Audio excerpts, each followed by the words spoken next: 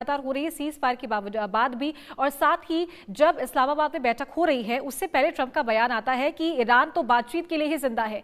यानी कि एक तरफ बैठक भी हो रही है, खुद वो ड्राफ्ट यहाँ पर तैयार करके दिया जा रहा है जो लगातार वायरल हो रहा है, साथ ही अब ये कमेंटबाजी उनकी तरफ से, यानी कि प्रेशर पॉलिटिक्स खेल रहे वो यहाँ पर, ये कहा जाए।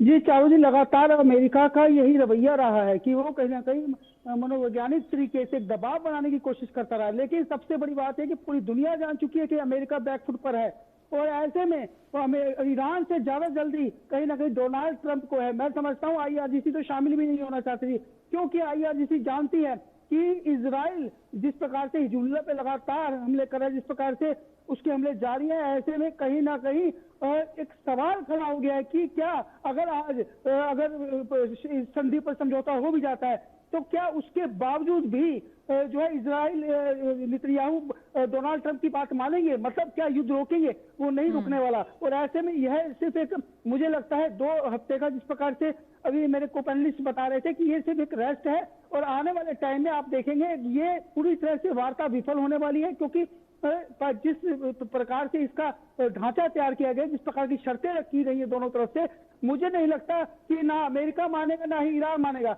और आईआरजीसी तो बिल्कुल शामिल भी नहीं होना चाहती थी। और डोनाल्ड ट्रंप जिस प्रकार से मीटिंग से पहले जिस प्रकार के अपने बड़बोलेपन की उनकी भाषा शैली रही है, उसी प्रकार से जिस प्रकार से वो बयान दे रहे हैं, मैं समझता हूँ ऐसे में ईरान कहीं ना कहीं इस बात को जानता है कि अमेरिका उनके ऊपर अभी भी जो है ना साइकोलॉजिकल तरीके से दबाव बनाने की कोशिश कर रहा है। लेकिन कहीं ना कहीं यह इस समय कहीं जो आईआरजीसी इस मीटिंग में शामिल हुई है, उसके पीछे भी कहीं पीछे के कुछ देश हैं जो उस पर प्रेशर बना रहे थे कि इस मीटिंग में शामिल क्या होना चाहिए। लेकिन सच्चाई है कि आईआरजीसी झुकने को तैयार नहीं है। और रिजीम चेंज होने की बात करते थे, जिस प्रकार से मैं समझता हूँ इजराइल ने अमेरिका को विश्वास में लिया था कि खामनेई की मौत के बाद वहां पे पूरा जो है रिजीम चेंज हो जाएगी, लेकिन ऐसा कुछ नहीं हुआ। और 1 महीने से ज्यादा जंग लड़ने के बावजूद भी अमेरिका उनके हौसले नहीं तोड़ पाया। मतलब साफ दिख रहा है कि ईरान झुकेगा नहीं और इजराइल रुकेगा नहीं, और जब ना वो झुकेगा ना वो रुकेगा, ऐसे में डोनाल्ड ट्रंप अकेले क्या कर लेंगे? बेशक से खामनेई को मार दिया गया, बेशक से भारी तबाही ईरान में ला दी गई, लेकिन अभी भी सवालिया निशान खड़ा होता है डोनाल्ड ट्रंप पर। लगातार बयान देते हैं और हर बार वो ऐसी बात कहते हैं कि जो ईरान को बिल्कुल झुका हुआ बताते हैं। ईरान यह बताते हैं कि ईरान से बातचीत हो चुकी है, ईरान पर हम हमले तेज कर देंगे। हर रोज हर घंटे उनका एक नया ट्वीट होता है। तो मैं समझता हूँ यह सिर्फ उनका बड़बोलापन ही शायद अमेरिका को नुकसान दे रहा है, और इसके लिए न सिर्फ पूरी दुनिया बल्कि खुद अमेरिकन भी परेशान है कि डोनाल्ड ट्रंप की इसी भाषा शैली के कारण कहीं ना कहीं कई देशों की अर्थव्यवस्था पर फर्क पड़ जाता है। और इस पर कई बार मैंने डिबेट में भी हिस्सा लिया कि कहीं ना कहीं इस प्रकार का बड़बोलापन और उनकी जो सनक है डोनाल्ड ट्रंप की, वो कहीं ना कहीं तीसरे विश्व युद्ध की तरफ दुनिया को लेकर जा रही है। और आज की मीटिंग अगर फेल होती है, क्योंकि मुझे नहीं लगता कि इस मीटिंग में कुछ बड़ा होने वाला है, लेकिन सच्चाई है कि कोशिश जारी है, होना भी चाहिए, क्योंकि यह तबाही होगी अगर तीसरा विश्व युद्ध होता है। तो यह शुरुआत अगर हुई है तो मुझे लगता है कि होना चाहिए, लेकिन होगा नहीं। मुझे नहीं लगता कि यह होगा। जी राजन जी, आपने एक बात कही कि ईरान में स्थिति काफ़ी बुरी है और दयनीय स्थिति है, ईरान भी परेशान हो रहा है।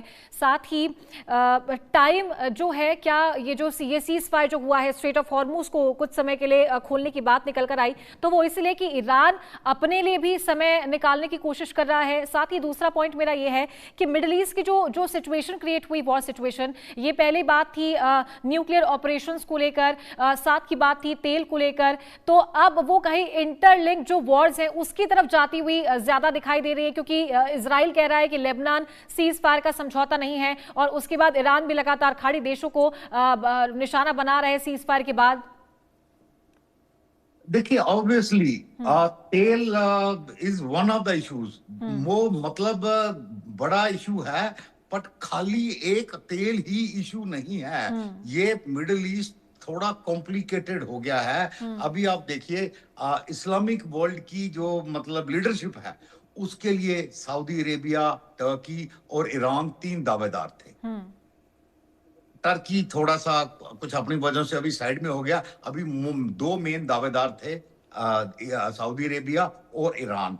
नाउ सऊदी अरेबिया में उनके जो प्रिंस हैं सलमान, वो दुनिया को देना चाहते थे एक नया ब्रांड ऑफ लिटिल मॉडरेट इस्लाम जिसमें उसको सपोर्ट मिल रहा था यूएई से। जी। पर ये तब तक पॉसिबल नहीं है जब तक ईरान का ये रजीम एग्जिस्टेंस में है। It is not possible.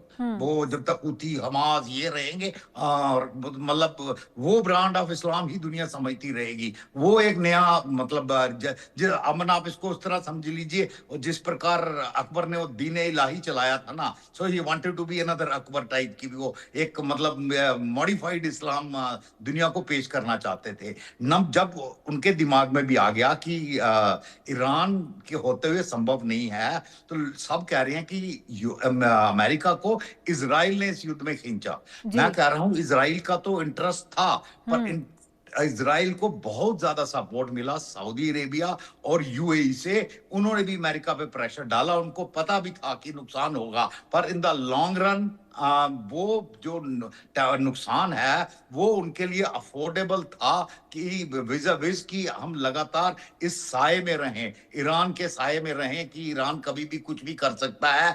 उस साए से हटने के लिए ये उनके लिए जरूरी था। हाँ, गलती कहाँ हुई है कि दे थॉट ये एक लीबिया है जहां डेजर्ट में आपने बमबारी करी और फिर लोगों ने घरों से निकाल के गद्दाफी को सड़कों पे घसीटा। That did not happen in Iran. उसके अलग कारण है। एक तो ये युद्ध करने में लेट हो गए, या तो युद्ध करना था टाइमिंग के साथ जब वो स्ट्रीट प्रोटेस्ट बिल्कुल चरम सीमा पे थे। अब उन्होंने इतनी मतलब हैवी हैंड से जब एक बार दबा दिया, अभी वक्त लगेगा लोगों को फिर से उतना करेज उठाने के लिए। सेकेंडली दे ट्राइड जो अपना नॉर्दर्न साइड से कुर्द वगैरह एंटर करें ना, कुर्द को भी तैयारी पहले से करनी थी। अब ये हथियार दे रहे हैं। You see it takes time to वैसी रिस्ट्रक्शन करने के लिए।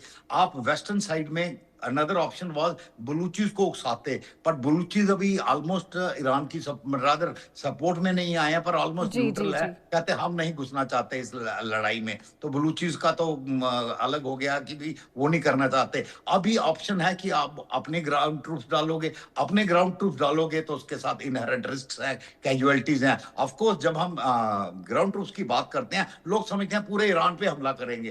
पूरे ईरान पे हमला करने की जरूरत नहीं होती है। 2-3 आइलैंड पकड़ने हैं, कुछ कोस्टल रीजन पकड़ने हैं। Because and of the day आपको क्या है कि आपको हरमुज खोलना है। दिस थिंग आपको तेहरान तरून होता रहेगा बाद में करके आपको एकदम हरमुज खोलना है। कुछ कोस्टल बैटरीज है जिनकी उनको डिस्ट्रॉय करना है, then the troops on the ground. पर आपके ट्रूप्स ग्राउंड पे आगे पकड़ना मुश्किल नहीं है, वो पहुंच जाएंगे। अमेरिकन ट्रूप्स की कैपेबिलिटी है, पर उनकी सर्वाइवेबिलिटी उसके बाद मुश्किल हो जाती है। बिकॉज ईरान ने भी रिटेन किया है सफिशिएंट ड्रोन एंड वो कैपेबिलिटी, और क्योंकि उसके घर के अंदर ही होगा तो it will be able to interdict काफी ज्यादा हैवीली। तो वो बॉडी बैग्स आएंगे, तो ये सारे डिसीजन वे हो रहे हैं कि क्या पकड़े, कहाँ कम बॉडी बैग आएंगे, किसको करे, किसको क्या कितना टाइम चाहिए, इंसरेक्शन के लिए कितना टाइम चाहिए, कुर्दों को तैयार होने में कितना टाइम चाहिए। और जब तक वो टाइम नहीं आता तब तक थोड़ा इनको बेवकूफ बना के बातों करो। तो यही मैं कह रहा हूँ, ये सब कुछ वो हो रहा है। And I think even Iran समझता है ये, पर ईरान की भी मजबूरी है, क्या करे, उसको ब्रेक चाहिए, उसको भी चाहिए, अपने हॉस्पिटल की दवाइयां चाहिए। जैसे मैंने आपको बोला ना कि वो भैया अगर आपने ब्लॉकेट किया, ब्लॉकेट दोनों तरफ होगा, अगर कोई जहाज बाहर नहीं जाएगा अंदर भी नहीं आएगा। तो मतलब इट इज लाइक दैट। तो उनके लिए भी मुश्किल है। अभी थोड़े दिनों में खाना पीना खत्म हो जाएगा। मतलब ईरान क्या वो सेल्फ सफिशिएंट एग्रीकल्चर में माउंटेनस कंट्री है, मतलब ठीक है, काजू बादाम वगैरह होते हैं, मतलब बट जो रॉ डाइट है अपनी वो इम्पोर्ट, नेट इम्पोर्टर है, दवाइयां इम्पोर्ट करता है, तो बहुत सारी चीजें इम्पोर्ट करता है ना। वो सब बंद हो गया तो कब तक चलेगा? ये सारी डिसीजन थोड़ी देर में वे करने पड़ते हैं। वो ठीक है, IRGC हुसैन मोड में है, जो सन 680 की लड़ाई लड़ रही है कि 72 आदमी 20,000 के सामने, तो हम सब मर जाएंगे, कोई बात नहीं। उनका वो लीडर भी वो यही बोल रहे हैं कि पूरे 1.25 करोड़ ईरानी मरने को तैयार हैं। तो देखिए ये बातें होती हैं, मरने को तैयार, ये मतलब it doesn't show a sensible regime. So end of the day मेरा पॉइंट ऑफ व्यू बड़ा क्लियर है कि ये जो हो रहा है दुनिया के लिए अच्छा हो रहा है। दुनिया को ना ट्रंप जैसा राष्ट्रपति चाहिए, ना ईरान जैसा रजीम चाहिए। अब दोनों एक दूसरे को डिस्ट्रॉय कर रहे हैं, बहुत बढ़िया बात है, दुनिया के लिए अच्छा है। जी चलिए ठीक है, माफी चाहूंगी, मैं आप दोनों को यहाँ पर रोकना चाहूंगी, पर बहुत बहुत शुक्रिया आप दोनों का हमारे साथ जुड़ने के लिए और तमाम बातों पर अपनी राय रखने के लिए। इसी के साथ आगे बढ़े।